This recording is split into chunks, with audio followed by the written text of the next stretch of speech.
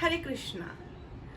मेरी तरफ से और मेरे दोनों प्यारे लाला की तरफ से आप सभी को राधे राधे। तभी आप सोच रहे होंगे कि आज क्यों हम लाला के साथ बैठे हैं, कोई गिफ्ट की ओपनिंग वीडियो? जी नहीं, सारे ओपनिंग वीडियोस गिफ्ट के ख़त्म हो चुके हैं और हम वापस से स्टार्ट करते हैं श्री चैतन्य चरितामृत। मैं काफ़ी आगे हूँ वैसे रीडिंग में, लेकिन मुझे समय नहीं मिल रहा था व्लॉग बनाने के लिए, तो नहीं बना पा रही थी। बहुत लोगों का डिमांड था कि आपने थर्ड पार्ट नहीं बनाया, तो ये तो चलता ही रहेगा ऑफ कोर्स ये चीज़ें। लेकिन आज लाला चाहते थे कि आज हम लाला के साथ बैठ के चैतन्य चरितामृत सुने। इनकी इच्छा थी तो हमने सोचा कि ठीक है, तो हम तीन और आप लोग मिलके स्टार्ट करते हैं आज का व्लॉग स्टार्ट करने से पहले अगर आपने मेरे चैनल को सब्सक्राइब नहीं किया तो सब्सक्राइब कर लीजिएगा, बेल आइकन का ऑन कर लीजिएगा, वीडियो पसंद आए तो लाइक कर दीजिएगा, शेयर कर दीजिएगा। और सबसे मेन चीज़ है कि फॉरवर्ड करके वीडियो मत देखिएगा, क्योंकि बहुत ही बढ़िया बुक मैं रीड कर रही हूँ आप लोगों के लिए। तो प्लीज़ इसको ध्यान से सुनिए, ध्यान से समझिए, भक्ति में आपको आगे लेके जाएगा। यही बुक पढ़ के आप जितने भी फॉरेनर्स देख रहे हैं, जितने भी वैष्णव देख रहे हैं आज के टाइम में, उन सब ने इस बुक्स को पढ़ा है और यहीं से उन्होंने ज्ञान प्राप्त किया है। तो मैं आप लोगों के साथ ये पढ़ रही हूँ, तो प्लीज़ फॉरवर्ड करके मत देखिएगा। तो हम स्टार्ट करते हैं भूमिका। अब हम भूमिका पे आ गए हैं, हम एक एक करके सारी चीज़ें पढ़ेंगे। तो स्टार्टिंग करते हैं इसका। श्री कृष्णदास कविराज गोस्वामी द्वारा रचित श्री चैतन्य चरितामृत श्री कृष्ण चैतन्य महाप्रभु के जीवन तथा उपदेशों का मुख्य ग्रंथ है। श्री चैतन्य महाप्रभु उस महान सामाजिक तथा धार्मिक आंदोलन के प्रवर्तक हैं जो भारत में 500 वर्ष पूर्व प्रारंभ हुआ और जिसने प्रत्यक्ष तथा अप्रत्यक्ष रूप से दूसरी धार्मिक तथा दार्शनिक विचारधाराओं को न केवल भारत में अपितु समग्र विश्व में प्रभावित किया है। उन श्री कृष्ण चैतन्य के प्रभाव को प्रसारित करने में कृष्ण कृपामूर्ति श्रीमद एसी भक्ति वेदांत स्वामी प्रभुपाद के प्रयासों का मुख्य योगदान रहा है, जो इस ग्रंथ के अनुवादक तथा भाष्यकार होने के साथ साथ अंतरराष्ट्रीय कृष्ण भावनामृत संघ स्कॉन के संस्थापक आचार्य भी हैं। तो हम ये जो 16 माला जो हम करते हैं वो हमारे प्रभुपाद, जो हमारे आचार्य हैं, जो स्कॉन के संस्थापक हैं, उनके कहने पे ही करते हैं। बहुत सारे लोग प्रश्न पूछते हैं कि 16 माला क्यों। एक्चुअली उन्होंने 32 माला के ऊपर का कहा था, लेकिन जब वो फॉरेन में गए थे और प्रचार कर रहे थे कृष्ण भावनामृत का, तो फॉरेनर तो आपको पता है कैसे एडिक्ट होते हैं ड्रग्स के और सारी चीज़ों में। तुम लोगों ने बोला इतना तो करना पॉसिबल नहीं है, तो फिर वो 32 माला पे आए। तो कुछ लोग बोले कि 32 कर सकते हैं, लेकिन हमें एक ऐसा नंबर बताइए कि जो हम सब डेली बेसिस पे कर सके। तो उन्होंने बोला ठीक है 16 के नीचे नहीं, तो इसीलिए हम लोग 16 माला करते हैं। अब लोग कहते हैं कि हरे कृष्ण महामंत्र क्यों? क्योंकि हरे कृष्ण महामंत्र जो हम बोलते हैं, ये चैतन्य महाप्रभु जो कृष्ण के अवतार हैं, उन्होंने ही इस मंत्र का जो है वो प्रचार किया था पूरे विश्व में। इसलिए आप देखेंगे कि इस्कॉन पूरे वर्ल्ड में है। जितने भी फॉरेनर्स आप देख रहे हैं आज इस्कॉन जो धर्म फॉलो कर रहा है, जो भगवान कृष्ण की सेवा कर रहे हैं, वो सब इसी मंत्र का उच्चारण करते हैं। ये 2 प्रश्न का जवाब आपको श्री चैतन्य चरितामृत से मैंने आपको दिया है। क्यों और 16 माला क्यों और हरे कृष्ण महामंत्र क्यों? क्योंकि इस्कॉन गुरु शिष्य परंपरा पे निर्धारित है। तो जो गुरु ने कहा है, जो आचार्य ने पहले कह दिया है, उसी चीज को हम फॉलो करते हुए आए हैं। तो गुरु शिष्य परंपराएं, और हम गौड़ीय वैष्णव संप्रदाय से आते हैं, जो श्री चैतन्य महाप्रभु से स्टार्ट हुआ है।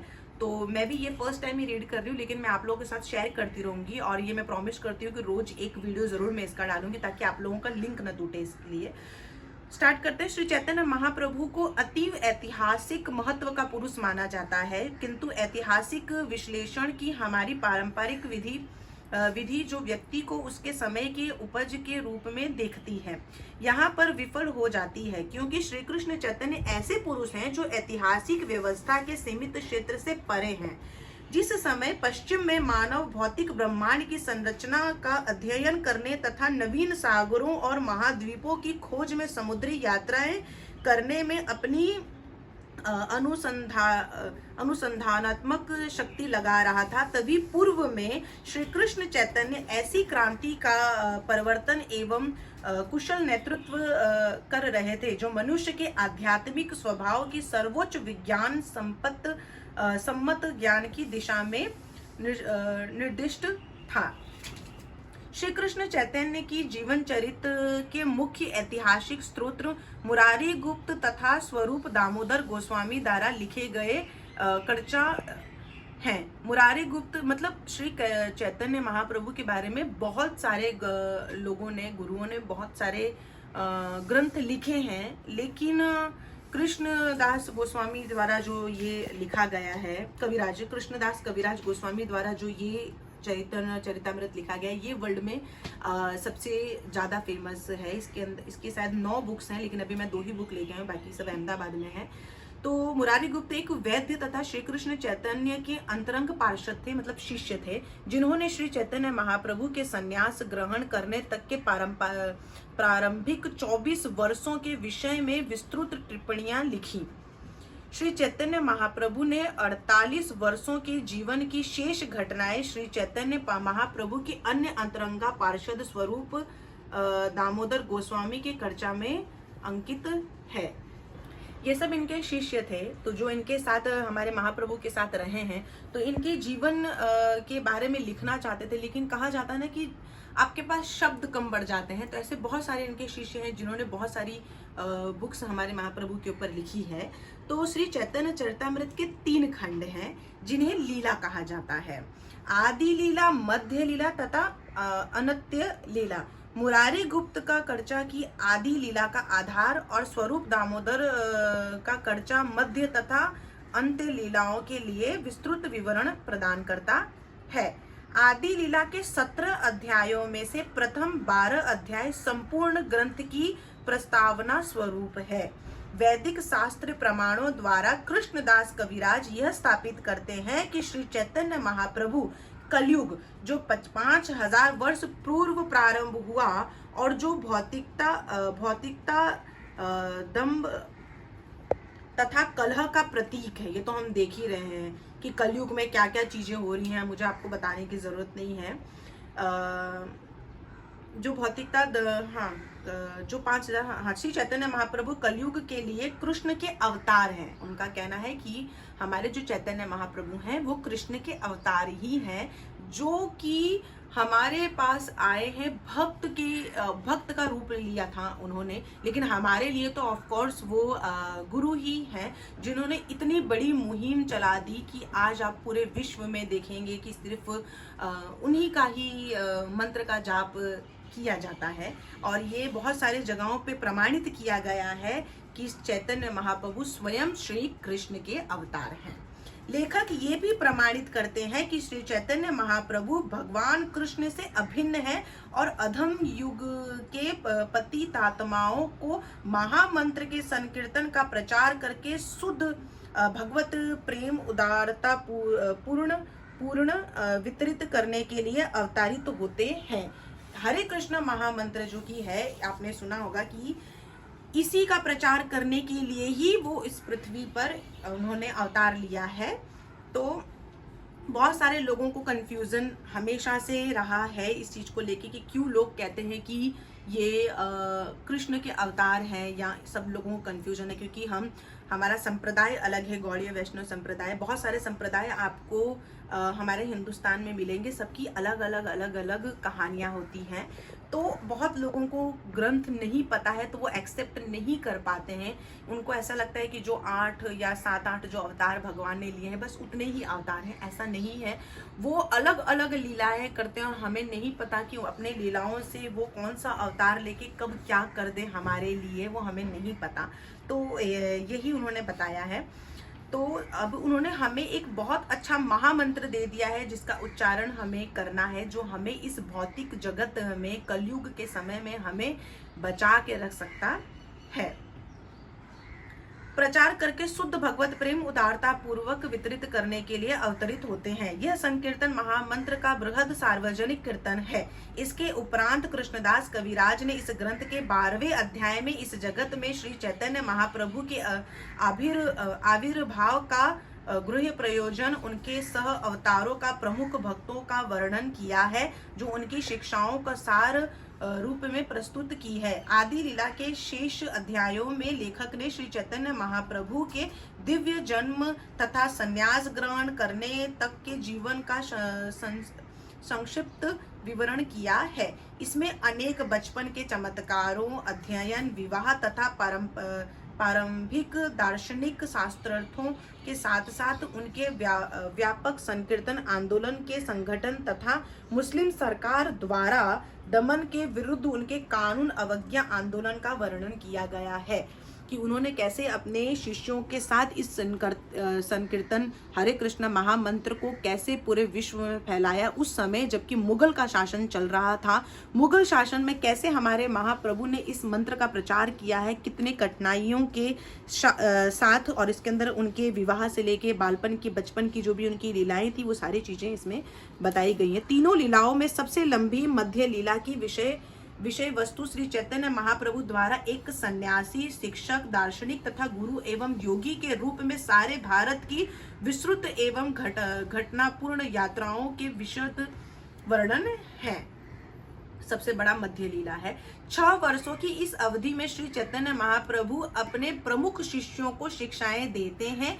वे अपने समकालीन सुविख्यात दार्शनिकों तथा धर्मज्ञों से, जिनके शंकराचार्य के अनुयायी बौद्ध तथा मुसलमान सम्मिलित हैं, सबको उन्होंने बताओ, सारे लोगों को उन्होंने शिक्षाएं दी हैं। इनमें से शास्त्रार्थ करते हैं और उन्हें तथा उनके शिष्य तथा अनुयायी वर्गों को अपने दल में सम्मिलित करते हैं। मतलब वो जैसे जैसे प्रचार करते गए, वैसे वैसे जो लोग भी इस महामंत्र के मुहिम में जुड़े हैं, उनमें बहुत सारे लोग हैं, मतलब बुद्ध भी लोग हैं, शंकराचार्य के अनुयायी भी हैं, मुसलमान भी सम्मिलित हुए थे। बहुत बड़ी बात है उस टाइम पे ये करना। इस खंड में उड़ीसा में होने वाले विशाल जगन्नाथ रथ यात्रा उत्सव के अवसर पर चैतन्य महाप्रभु की चमत्कार पूर्ण लीलाओं का विस्तृत विवरण सम्मिलित है, कि कैसे रथ यात्रा के टाइम पे महाप्रभु ने अपना चमत्कार दिखाया था, वो भी है। अंत्य लीला में श्री चैतन्य का प्रकट उपस्थिति के अंतिम 18 वर्षों का विवरण है।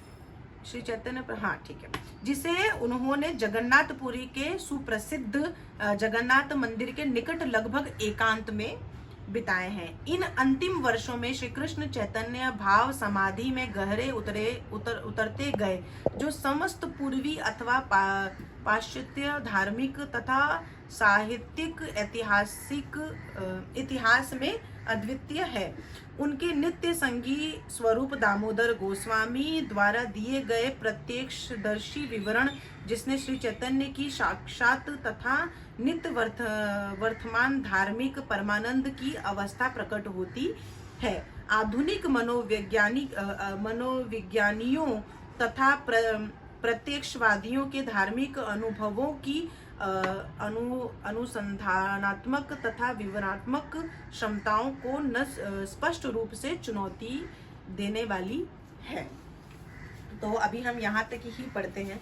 इसके अलावा हमारे पास और भी काफ़ी है, तो हम, अगर आप लोग फॉरवर्ड करके ना देखें तो मैं इसको बड़ा कर देती हूँ, लेकिन आप लोग का भरोसा नहीं, आप फॉरवर्ड कर दो तो, लेकिन मैं फिर भी आप लोगों के लिए पूरा खत्म कर देती हूँ। इस महान ग्रंथ के रचयिता कृष्णदास कविराज गोस्वामी का जन्म 1507 में हुआ था। वे चैतन्य महाप्रभु के अनुयायी रघुनाथ दास गोस्वामी के शिष्य थे। रघुनाथ दास विख्यात वैरागी संत थे, जिन्होंने स्वरूप दामोदर गोस्वामी द्वारा बतलाई गई चैतन्य महाप्रभु की समस्त लीलाओं को सुना था और स्मरण कर रखा था।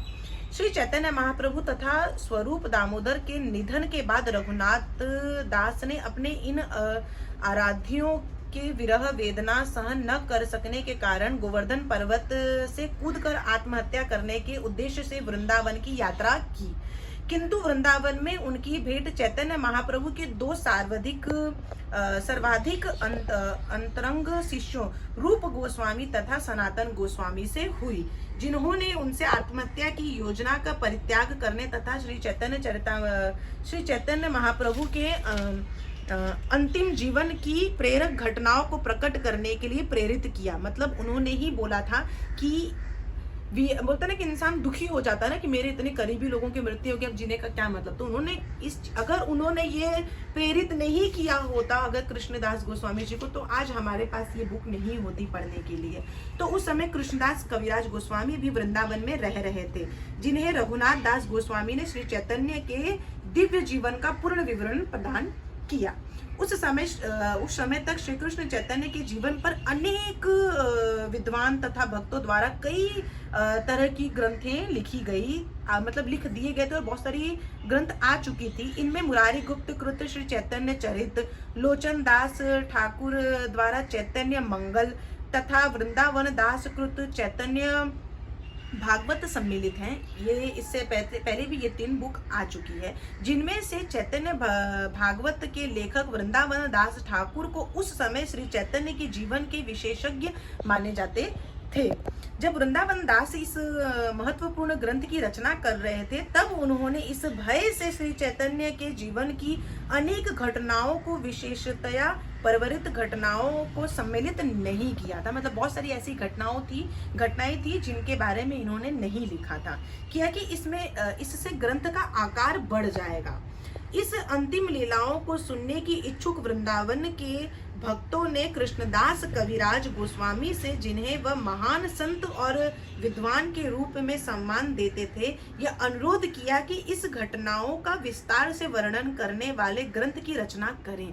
मतलब बहुत सारी ऐसी लाइफ में बहुत सारे महाप्रभु की चीजें हुई है, तो बहुत लोगों ने नहीं लिखी थी, लेकिन भक्तों ने अनुरोध किया है कृष्णदास गोस्वामी से कि आप लिखिए, हम सुनना चाहते हैं, हम जानना चाहते हैं। तो उन्होंने विस्तार वर्णन से वाले ग्रंथ की रचना करे। इस अनुरोध पर तथा वृंदावन के मदन मोहन अर्चा विग्रह की अनुमति तथा आशीर्वाद से उन्होंने श्री चैतन्य चरितामृत की रचना प्रारंभ की। आप जब कभी भी मंदिर जाएंगे तो आप बांके बिहारी के जब पिछले गेट से निकलेंगे तो आपको मदन मोहन का मंदिर भी आपको मिलेगा। बहुत पौराणिक मंदिर है, पुराना मंदिर है, लेकिन बहुत ही सुंदर मंदिर है। उसके बारे में मैं आपको बताऊंगी।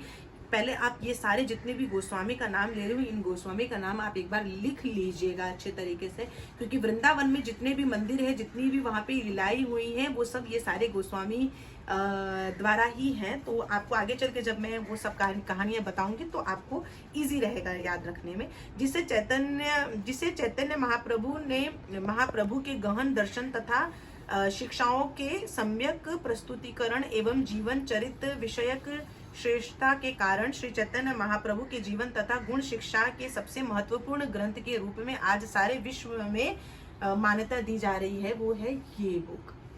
श्रील कृष्णदास कविराज गोस्वामी ने वृद्ध अवस्था में इस ग्रंथ पर कार्य प्रारंभ किया जब उनका स्वास्थ्य गिर चुका था। जैसा कि उन्होंने स्वयं लिखा है, अब मैं अति वृद्ध एवं अश्रमता से विक्षुब्ध हूँ। लिखते समय मेरे हाथ कांपते हैं, मुझे ठीक से किसी बात का स्मरण नहीं हो पाता, ना ही मैं ठीक से देख या सुन सकता हूँ। फिर भी मैं लिखता हूँ, जो कि अपने आप में एक महान आश्चर्य है। तो भी उन्होंने इस अश्रम अवस्था में मध्यकालीन भारत की इस महानतम साहित्यिक मणि को पूरा किया, जो साहित्यिक इतिहास के आश्चर्यों में एक है। इतनी वृद्ध अवस्था में भी उन्होंने, मैंने आपको पहले कहा, ये कोहिनूर हीरे से कम नहीं है ये बुक। जैसा कि पहले बताया जा चुका है, इसका अंग्रेजी अनुवाद कृष्ण कृपा मूर्ति श्रीमद एसी भक्ति वेदांत स्वामी प्रभुपाद द्वारा संपन्न किया गया, जो समग्र विश्व में भारतीय धार्मिक तथा दार्शनिक विचारधारा के सर्वाधिक विख्यात शिक्षक हैं।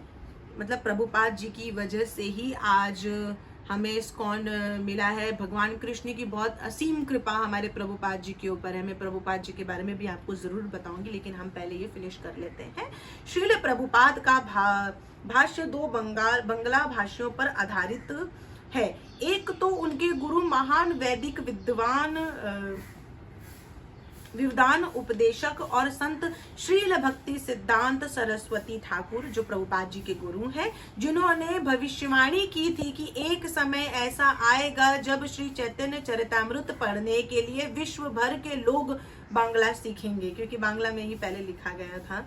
और दूसरा भाष्य श्रील भक्ति सिद्धांत के पिता भक्ति विनोद ठाकुर का, जिन्होंने आधुनिक युग में श्री चैतन्य महाप्रभु की शिक्षाओं के प्रचार में अग्रुत का काम किया। मतलब अगर उन्होंने, भक्ति विनोद ठाकुर जी ने अगर प्रचार नहीं किया होता इस बुक का, तो आज हम तक ये बुक नहीं पहुंचता। बहुत बड़ा योगदान रहा है उनका सारे बुकों को प्रमोट करने में, उनको डिस्ट्रीब्यूट करने में। श्री प्रभुपाद स्वयं ही श्री चैतन्य महाप्रभु की गुरु शिष्य परंपरा में आते हैं और वे पहले विद्वान हैं जिन्होंने श्री कृष्ण चैतन्य के अनुयायियों के प्रमुख ग्रंथों का अंग्रेजी अनुवाद प्रस्तुत किया।